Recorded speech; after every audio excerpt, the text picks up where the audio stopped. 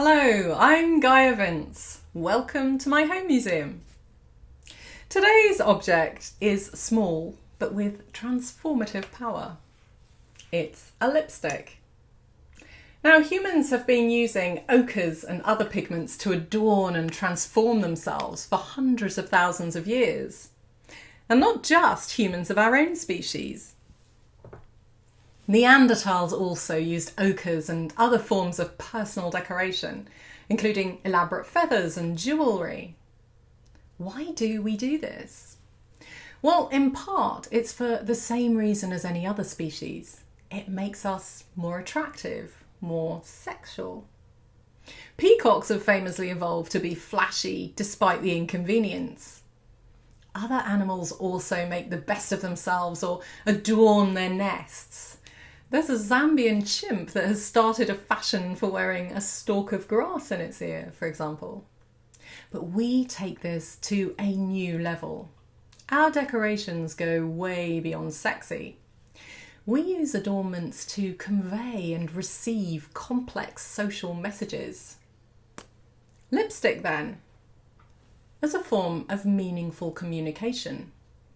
The evolutionary origins for our cultural need for a personal decoration, which people everywhere do in one form or another, is that human societies are made up of collaborating groups of unrelated individuals. So whereas animals that cooperate closely in large groups, such as ants or bees, are all related to each other, so the survival of the group helps the survival of their own genes, humans form very complex relationships with genetic strangers. And relying on others for your survival requires trust.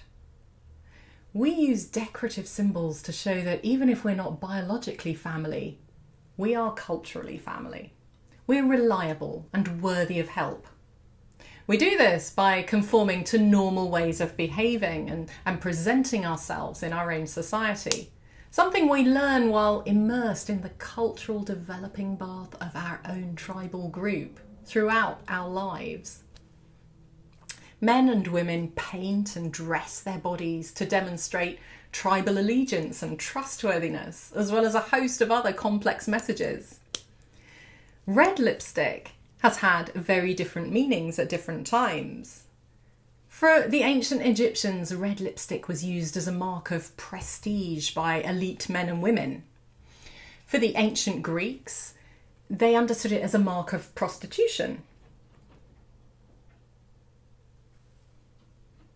In the Middle Ages, it was a sign of collaborating with the devil, and then in recent centuries, of an immoral woman.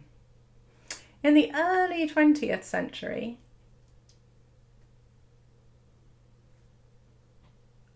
red lipstick became a symbol of the women's suffrage movement and female liberation.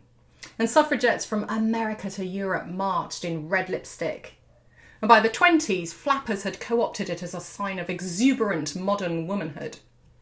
Hitler famously hated red lipstick. And so that meant during the war, the Allies wore it as a sign of anti-fascist defiance, of patriotism and strength. And they used vegetable stains to colour their lips when a lipstick became too expensive during the war.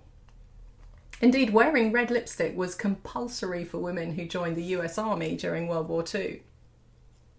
In recent decades, it's come to symbolise everything from Hollywood glamour to the sort of Stepford wife bimbo-esque to defiance. In 2018, for instance, the Nicaraguan men and women protesting human rights abuses by the government wore red lipstick to support activists. But context is everything. Me wearing red lipstick means something very different to a child wearing it or a man, even though the lipstick is unchanged and the result is the same.